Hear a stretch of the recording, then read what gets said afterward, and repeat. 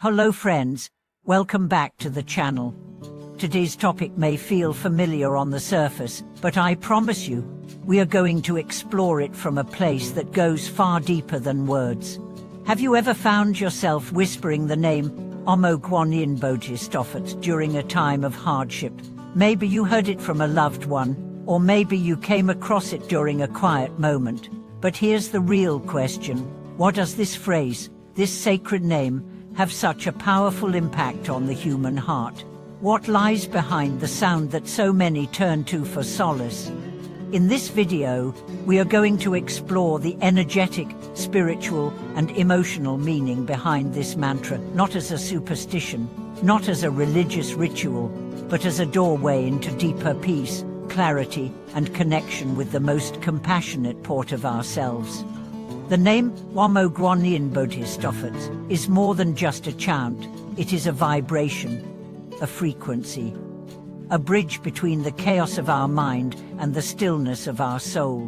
When spoken with sincerity, it carries the resonance of compassion, protection, and release.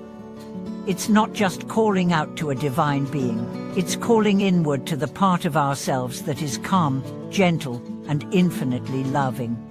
Let's begin with the first word, Namo. This ancient Sanskrit term means to pay homage, or more deeply, to surrender. It's an offering of humility. When we say Namo, we are not just bowing to a deity, we are bowing to something higher within us. We are acknowledging that in our pain, we seek grace. In our confusion, we seek clarity. In our fear, we seek protection. We surrender not in weakness, but in strength, in choosing trust over control, openness over resistance. Then we come to Guanyin. She's known as the Bodhisattva of compassion. But what does that really mean? Guanyin is the embodiment of perfect listening. Her name literally means she who heareth the sea rise of the world. She is not just a figure of comfort. She is a force, a presence, a living energy that dwells wherever suffering exists and wherever the desire for peace is real. To invoke her name is to call upon the power of unconditional compassion, not just from the outside, but from within. Because Guanyin does not just live in the heavens, she lives in your heartbeat, in your breath, in your longing to love and be loved. Finally, Bodhisattva. This term refers to one who has chosen to stay in the world, despite having the power to transcend it, in order to help all beings awaken. A Bodhisattva delays personal enlightenment to assist others on the path. In calling Namo Guanyin Bodhisattva, you're not only seeking her support, you're aligning yourself with her vow, her mission, her essence. You're saying, may I too be a vessel of compassion in this world. Now let's talk about the real-life impact. Why does chanting this name bring peace? Because it pulls us out of the looping thoughts of fear, anger, and anxiety, and brings us into the present. The rhythm of the chant calms the nervous system. The repetition anchors the mind. The intention heals the heart. Chanting is not about begging a deity to fix things. It's about tuning your energy to the frequency of love. When you're overwhelmed, you're often in a state of contraction. Your breath is shallow, your thoughts are racing, your heart is tight. But as you chant slowly, sincerely, your body softens, your breath deepens, your mind begins to quiet. This isn't magic, it's presence, it's physiology. It's the power of vibration. Think of a mother singing a lullaby to a crying child. She doesn't have to explain anything. Her voice, her tone, her energy soothe the child. In the same way, chanting Namo Guanyin Bodhisattva soothes the child within you, the part of you that feels scared, the part that longs to be held, heard, understood. Let me share a story. I, a woman in her late 40s, had been struggling with insomnia and chronic stress for years. She had tried medication, therapy, exercise. Nothing seemed to ease the tension in her chest. One night, feeling particularly desperate, She remembered her grandmother once whispering in Namo Guanyin Bodhisattva as she lit incense. Mai closed her eyes and began to repeat the phrase, slowly, over and over. Within 10 minutes, she felt something she hadn't felt in months. Calm, not euphoria, what a miracle, just a gentle stillness.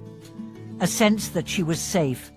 From that night on, chanting became her evening ritual, not because she understood all the metaphysics, but because it worked, because it touched something no medication could reach her soul. This is what chanting does. It bypasses the intellect, it speaks directly to the heart. But it's not only about personal peace.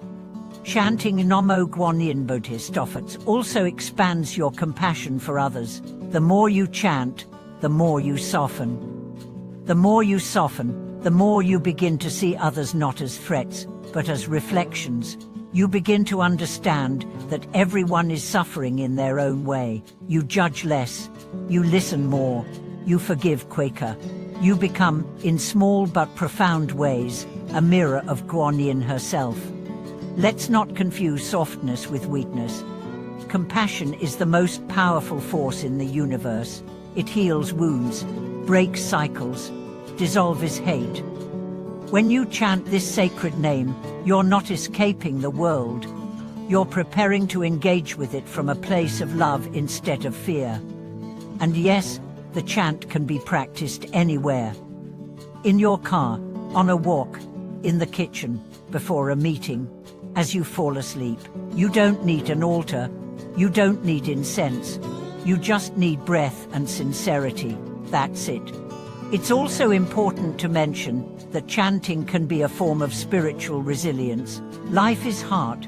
Let's not pretend otherwise. But when you have a practice, something to return to, you are less likely to break under pressure. You might still cry, you might still feel lost, but you will have a rope to hold onto. A lighthouse in the storm. In moments of grief, chant. In moments of anger, chant. In moments of confusion, chant. Not to fix the moment, but to meet it, with presence, with grace, with humility. There's also something profound that happens when people chant together. The energy amplifies, the intention multiplies. Communities that chant together heal together. If you ever get the chance to be in a group where dozens or hundreds of voices are chanting Namo Guanyin Bodhisattva, you'll feel it, a wave of energy, like a river of mercy, washing over every corner of the room. No one leaves the same.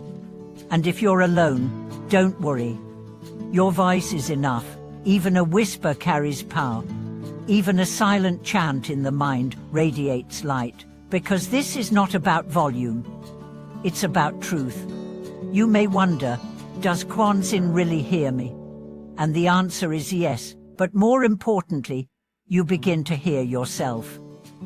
That is the true miracle, to finally listen, to truly care, to return home to your own beating heart. The more you chant, the more your life becomes a prayer. Your actions become more intentional, your words more gentle, your choices more aligned. And in time, you realize you have become the compassion you were seeking. That is the secret of the sacred name. You do not chant to summon Guanyin, you chant to awaken her in yourself. Thank you for watching this video. May this mantra be a source of peace, strength, and healing for you. May you walk with softness and stand in strength. May you be a beacon of compassion in a world that deeply needs it.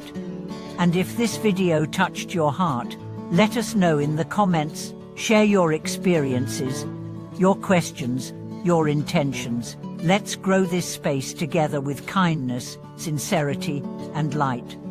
Don't forget to like, subscribe, and share this video with someone who could use a little peace today. Thank you for watching this video. May every breath be a blessing, and every word a whisper of peace.